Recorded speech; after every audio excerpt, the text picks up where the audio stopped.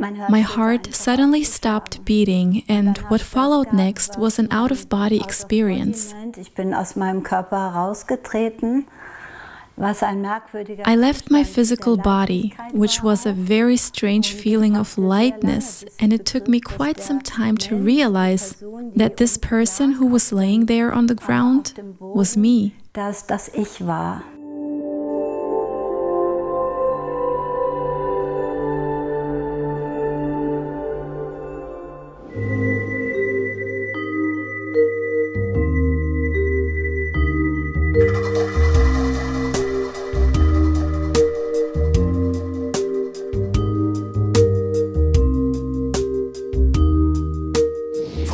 Ms. Claude, you're a psychic healer. You've traveled all around the world, you've studied the healing methods of many different cultures, and you've written several books. But this adventurous life originated out of a crisis. At the age of 30, you experienced a cardiac arrest, which led to a near-death experience. Would you please tell us more about this incident? Back then, I used to have a pretty satisfactory life. In terms of my personal, materialistic goals, I had an amazing job in radiology in the St. Georg Hospital in Hamburg. I had a wonderful, charismatic husband as well, who even participated in the book Who's Who. I had a fantastic son, an incredible house, and I did modeling at the time. One really couldn't ask for more. My life was complete. But one day, all of it fell apart. I became very ill and suffered from bulimia. The term bulimia didn't exist back then, but I was confronted with these sudden food rushes and addictions, along with the vomiting.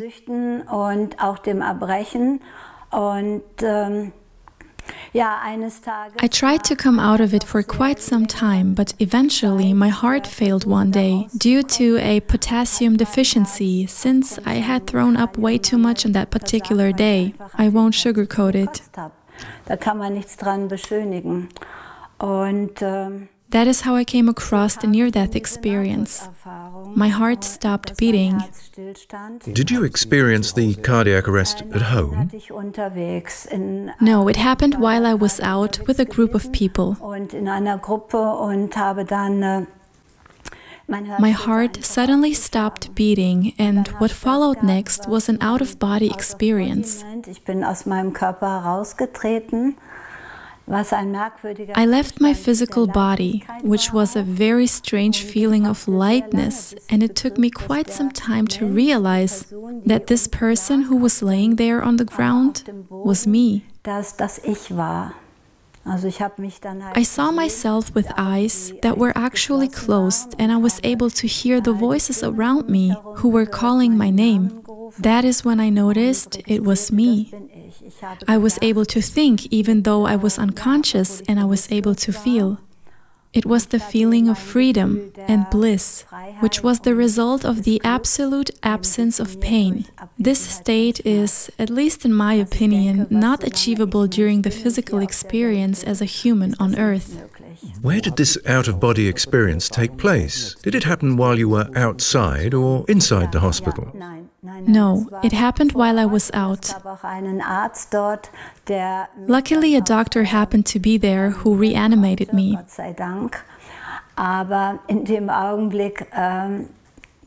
But in this very moment of reanimation, I was quite angry, to be honest, because the near-death experience itself, the soul leaving the body, was something incredibly beautiful after all. You were out of body, and what happened next? So I was floating above my physical body, and I was quite amazed, even though I wasn't able to fully understand what was going on. I tried to, but according to what I've learned up until that point, I just couldn't explain it. Thus, I had no choice but keep floating. An interesting fact is that I was able to hear everything which has been said to me, but from a different perspective, so to speak. I was even able to zoom in really up close to the face of a person who was at the scene, as if I was given a visual ability which expanded my field of view and enabled me to perceive reality with a 360-degree vision. It was unlimited. There was no above or below. This means you were able to bring your attention anywhere you liked. Exactly. It was spectacular. Even though I didn't do it myself, it felt like it had been directed. At some point, I began to float higher and higher. I was being drawn away. Usually, this is the moment where the tunnel of light appears. It was a little different for me, but I definitely perceived light. I dived into this opening, which eventually began to narrow, and it was kind of a snapshot of my life, but in a different form.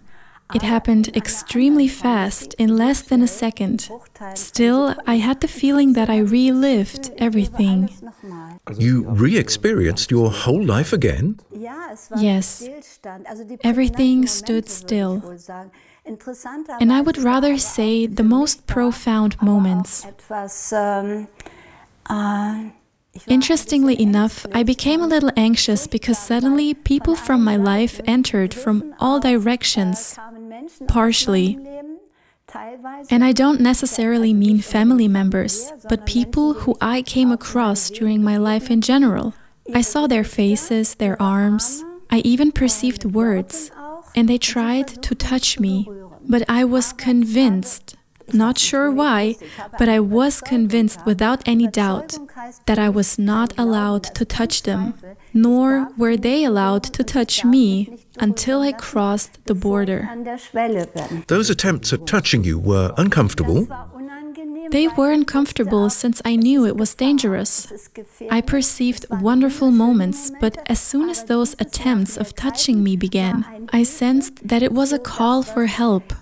I usually don't like to use the word undead, but they were people who weren't able to arrive yet. For some reasons, they were not able to cross the border, but that is something I dealt with later on. In this moment, I simply sensed danger, and that my soul did not want me to touch anybody. Afterwards, I arrived at the end, and again, I'm not sure how I knew, but I realized that this is the border. Moreover, I knew that I had a chance. Here, I am allowed to decide whether I let myself being touched or not. If I do let myself being touched, I will return into my physical life. If I do not let myself being touched, I will leave without being able to come back. So now I see my son standing there at this border. He was just 3 years old and called me by saying, "Mommy, Mommy," which made me very sad, but to be honest, I didn't want to keep on going. Simply because life was so troublesome at this point, with all of those difficulties that came along with the illness and the constant hope for a better tomorrow, which never happened, unfortunately. I also felt like I couldn't do this any longer to my son, so I decided to say goodbye to him without letting him touch me. He cried terribly, but I kept going up even further. Like one foot was still by his side, but the other one is crossing over. Suddenly, I was, well, not quite in heaven, otherwise I wouldn't be here now, but I was in a desert-like area. It was definitely a desert. I am originally from Norway, so I was not familiar with the desert at all. So here I am, in the desert, noticing a man standing there too. He was a complete stranger to me, a person of color, wearing a long gown. It really sounds like a movie, but it was real. He looked at me, smiled really calmly, and said, "There is healing for you." He carried a stick for support with him, and he took that stick and pointed towards my heart with it. I had no choice at this point. In fact, that was the very moment when the reanimation was successful. Everyone cheered. Besides me, I was mad. I was really angry because now I was confronted with the laboriousness of that fight again, which occurred on a day-to-day basis, if not hourly. How did you experience returning back into the body? That's a good question. Nowadays, since I work a lot in this field, I would say that I was able to notice my saliva. Very simple. So there was no pull. You were simply there again? Yes, I was simply there all of a sudden. I was able to hear the voices, but in a different way. In a blink of an eye, literally, I was leaving while still being able to hear. But I do not know with what kind of ears. It sounded different, and it looked different. I was able to think, but again, in a different manner. It was universal. I was everywhere and nowhere. The voices didn't come from one particular direction. They came from everywhere. How did this experience affect you after your return? Did it change your life? One can say so. It changed 180 degrees and again 180 degrees, turned around multiple times.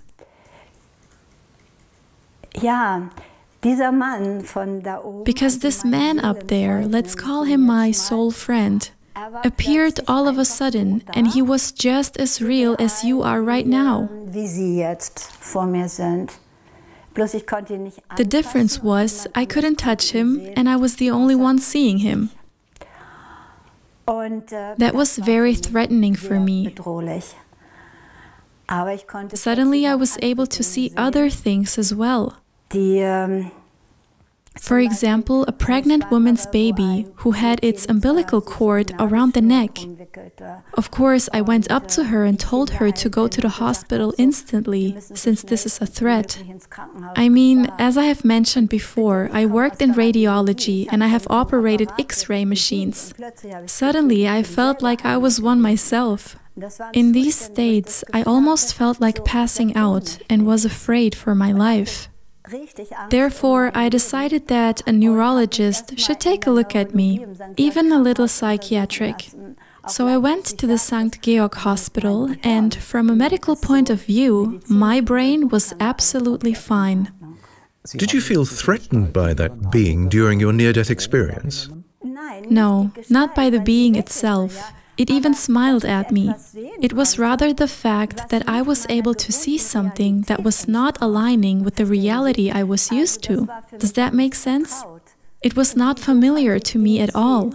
Why was I able to see things that did not arise from my consciousness? Why was I able to speak to this man and understand him while no one else was noticing him? That was very frightening for me, since I had been imprinted quite medically before that. You never had such abilities before? Well, as a child, back then in Norway, I talked to trolls. But I considered that as a childlike fantasy. I used to have red hair, not anymore, but I was born with it. And therefore, I was being called a witch as a child, ironically, and apparently I am one. Not a malevolent one, though, a white one. Those conversations with trolls, were they really a fantasy for you as a child or a real event? No, it was absolutely natural to me and very supporting. I really liked them and they were like my second family, the unreal, invisible one. How did you deal with this ability to see things that were invisible to others? Did it become a part of your normal everyday life? I couldn't get used to it at all at first. In the beginning, my day-to-day life was still disturbed by bulimia. I was asking myself directly, how am I going to keep on living? Especially considering the dangers that come along with the illness. And how am I going to deal with it with my son? Something I would like to add is that I had a family before, but now it was just me and my son. And bulimia isn't just overeating, it is binge eating, followed by vomiting. which I did up to 30 times a day. If one doesn't have any money for that, then you just take flour, butter, and sugar. I know it is hard to believe. It is something very difficult. My point is that one day after the near-death experience, I passed out in front of the toilet, and as soon as I woke up, I found myself covered in my own blood, since a few vessels had burst along the gullet. My son was standing next to me, screaming. In this moment, I promised myself that this won't happen ever again. It simply cannot happen again. A mother should be supporting her child, not the other way around. It is not fair to look for support in him, since it is my own decision at the end of the day. Therefore, I thought the following: whether he existed or not, I had to look for this man that I have seen in my vision. That was my decision. Before that, I was in India with Bhagwan. He's quite known. I was one of the orange people, and I have tried everything to find a solution with this down-to-earth approach. Apparently, my way out was to cross borders in this case. And the only thing I knew was that this man said I could look for him and that I should start in Cairo, in Egypt.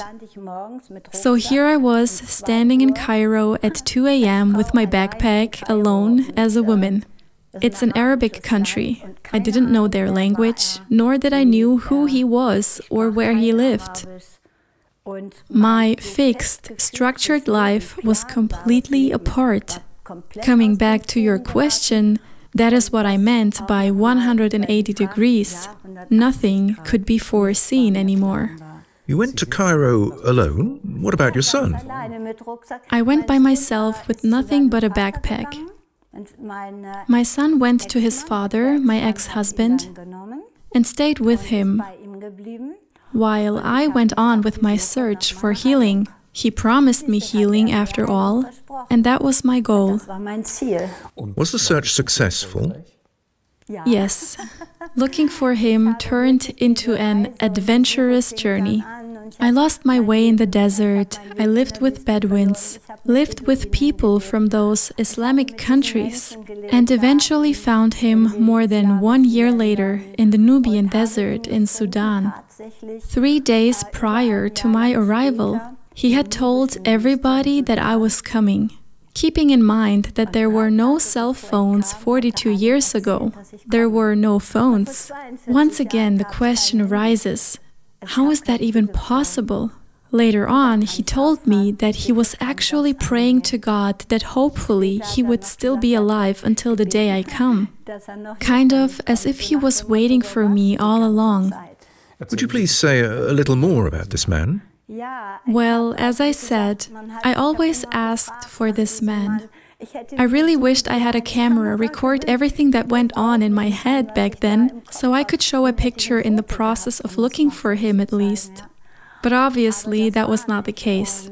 So my path went on, but it felt like being on an escalator. It was way too slow in my opinion, since it took me almost 1.5 years to reach my destination. I was standing in front of this house. It was a very simple one, and I remember seeing a lot of shoes in front of it, which meant that there were many people inside. In fact, it turned out that he was a quite well-known, wise man, a healer as well. Even though he is not very much known in our Western world, he is in the Arab world, where hundreds of thousands were familiar with him. And that is neither exaggerated nor understated. So I entered the house, and I was being covered in a tope, a traditional garment that is worn in Sudan. I went in, and I had to acclimate myself first and let my eyes get used to the darkness in the small house. I was told beforehand that I should kiss his feet out of respect, but I simply took off the garment and stood there with my red curly hair. This resulted in quite some turmoil amongst other people, since it was considered absolutely disrespectful. Then, suddenly, I heard his voice for the first time in real life that I was so familiar with. I turned around and finally saw him in person. He was just smaller than I thought, but he smiled. The smile, and he said to everyone, "Look at her. Her hair. Did anybody of you ever see a lion with a headscarf?" Then he said that it is up to God to evaluate or judge, but it is not up to another human being. Thus, I was allowed to stand there with my mane. He really took the wind out of my sails, but then I remembered I was here to finally experience healing. It took me 1.5 years. I missed my son, but I was finally here. I didn't want to suffer from bulimia anymore. I wanted to heal, to be free, and I wanted this to happen as soon as possible. I wanted to return back home. Were you still affected by the illness during those 1.5 years? Yes, definitely. But the circumstances were quite convenient, since I didn't have a lot of food in the first place. Maybe a flatbread with some beans. As I have said, I lived together with local people. I was able to keep that in and basically almost stopped the pattern of vomiting. At least during this rigorousness and multiplicity, because it was always followed by a guilty conscience, since I ate from their food, keeping in mind that they don't have much themselves. That was probably indeed some great help which contributed to the fact that I am alive today. How did you experience the healing itself? Well, as I said, I was standing there, and then I asked Maulana, that's how he was called, for my healing. He smiled at me again and said that he could ask God to give him the power and permission that is needed to accomplish the miracle of healing for me. But, he said, every human being was given the power to live its life. And if I really wanted my miracle, I had to work for it. So here I finally was at my destination yet again in the beginning. Thus I passed out and collapsed. Even now I am in a lack of words to describe this emotion.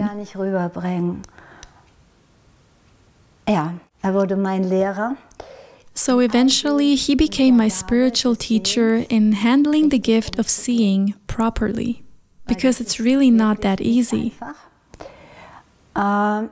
Strangely enough, he was able to see what I saw and could therefore always look over and correct me over the course of the following months. He also said that it was his gift and I should stop asking for explanations, which I didn't do, by the way. Later on, I went to the United States and got wired up by scientists. Basically, you are in a dark laboratory and they give you a degree of latitude and longitude of some particular place on Earth, of which they know the location.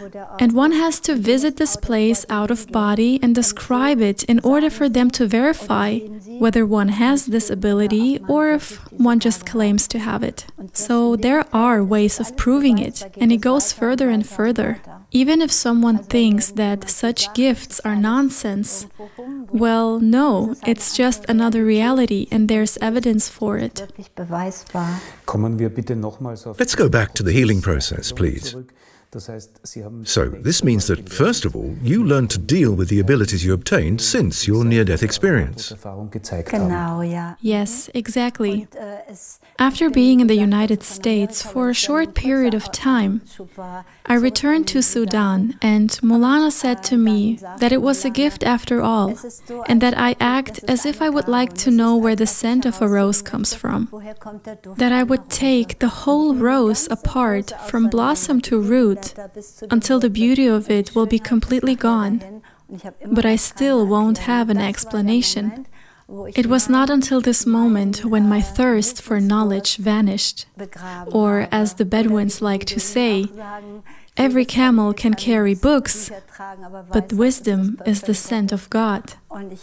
Therefore, I stopped looking for an explanation. Instead, I applied it. Accepted and applied. Yes, exactly. Did you already sense at this point that you would make a living out of it by becoming a healer and passing on your knowledge? No, I had no plans for the future in that sense. The transformation of my self kept me pretty busy. For such a long time, I was embedded in this structured, enclosed life, whereas now I became someone who crosses borders. Firstly, I had to learn how to deal with these two realities, and that took quite some time. I even kept traveling further. My search went on in Yemen, through all kinds of different cultures like Africa, Kenya, and Uganda. And then I traveled up along the Nile, all alone by myself as a woman. It was like a constant learning experience and continually discovering new insights. Whenever I was needed along my journey, I began to help. Back then, I couldn't imagine that this would become my life's purpose, and that I would eventually work in hospitals, psychosomatic institutions, or centers together with other psychics, let alone be on stage in a TV show. That was not on my mind at all. I still had to deal with bulimia after all.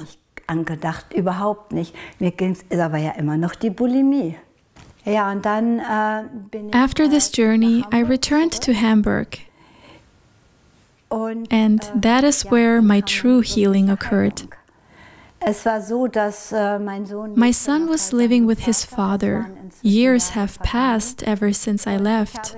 And one day I decided to close the door behind me, and I thought, this bulimia isn't just an enemy who wants my life. It wants to show me something. I want to write my life down for my son, so I will either make it or I won't. So I hoarded all the addictive substances in a one-room apartment in the Elbchaussee, and I was eating and vomiting. I had my writing machine on top of the toilet next to the rubbish, and I kept writing and writing. I was listening to my soul instead of simply being taken over by my addiction, collapsing and dying from it. I saw every word in front of my eyes, recognized the message, and lastly, this is where Milana was absolutely right. I worked for it, because with the final line, as soon as I put the last full stop, I've never had bulimia ever again, and that was 42 years ago. It was gone. This means that you did not experience it as a miracle healing? No, and that is what I mean when I say that I am a psychic healer or that I am a clairvoyant. I work with occurrences and events which do not origin from my own consciousness. So if someone comes to me who has an illness, I may be allowed to see the reason for that disease and his path out of it. But I am neither God nor his little sister. I cannot heal. I can show ways out. For instance, if you would be my patient, I would be able to tell you what you could do, no matter how unreal that may sound. But if you would come seeking help, just as I did back then, but wouldn't want to do anything for it, kind of like, I don't want to change and I don't want my life to change either, I just want a magic pill, so to speak, then that wouldn't work. Your adventurousness and wanderlust remain till this day. I would like to talk about one more episode in particular. In 2007, you embarked on an adventurous journey where you traveled through 33 countries for 4 years, 120,000 kilometers by car. How did that happen? Was there also some intention for personal development behind it? No, but it is very nice that you ask about it. I saw one particular mountain during my near-death experience, and I asked Maulana what kind of a mountain that was. He said that I would find out later on, which I did. It was the Mount Kailash in Tibet, a holy mountain which I really wanted to see. I tried it multiple times, but was rejected each time at the border. I got older and older, and the pilgrimage around the mountain, there's just a path around it, is on an altitude between 5,000 and 5,700 meters above sea level. And honestly speaking, I couldn't dare to do it. One day, my partner came home and said, "Sit down, I quit my job. We are going to Tibet." Obviously, that arose many buts. But the children, but not enough money, but no knowledge about cars, but. Nevertheless, I learned not to limit my beliefs anymore, and the adventurousness was stronger. In fact, if something is right for one, then the universe takes action. So eventually, we were able to head on our journey. A carpenter took some long-playing records in exchange. A client of mine at the time experienced healing all of a sudden and had no more pain. She was quite wealthy, had 5 houses, and we were allowed to live in one of them for a whole year. The car found its way to us, and we simply drove off. We drove through all the places where I once lived: Egypt, Sudan, Yemen, North Yemen, India, Nepal, Kenya, and so forth. We were able to visit all of it with our truck, and it almost felt like the journey which I went on a long time ago. But this time, on 4 wheels instead of 2 legs. Actually, it is always about trust. Shortly before I was supposed to go to the Mount Kailash, I suffered from lumbago for the first time in my life, and therefore wasn't able to move or hear. I was in a hospital in Nepal, and we were supposed to go there on the next day. Apparently, my eardrum teared, and I just thought about how close I was. I couldn't understand the meaning of it at first, but somehow I had trust that this must be right. Afterwards, I went to a monk on my way to the Kailash, since one has to cross the so-called roof of the world, and he said, "The mountain had called you, and if the mountain calls and invites, nothing will happen to this person." That is the fascinating part. It couldn't be any other way. Trusting was worth it. Indeed. Trust is being required all the time. Especially having trust in oneself to dare something. Our journey led us through 48 countries, and one of my partner's lifetime dreams was to visit the Amazonas. I believe that we only survived this journey because we acted according to our intuition and listened to our hearts. Because if one is being attacked by an elephant out of nowhere, one has no time to discuss the pros and cons. One has to react, and that has to be learned. Did you have the feeling of being protected or guided on your travels, especially during these demanding, sometimes life-threatening situations? Well, yes. I would even say it was not just one celestial being, but rather whole crowds that I kept busy. My mother had definitely saved us in 3 or 4 dangerous situations by showing them to us beforehand. One time, for instance, she pointed out that one of our truck wheels was loose before we had even noticed. It became quite normal for me to communicate with those people or souls. They protect us.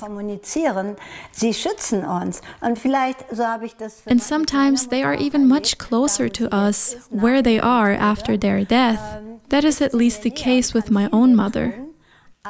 She is able to do so much for me now. instead of when she was living right around the corner in Hamburg. She wouldn't be able to drive with me through Africa, protecting me. So basically, if a person does not exist in the visible, in its physical body any longer, they do still exist in their subtle body. And to have more trust in that as well is something that I wish from other people too. That there will be an open-mindedness when it comes to other realities. You have not tired of traveling till this day.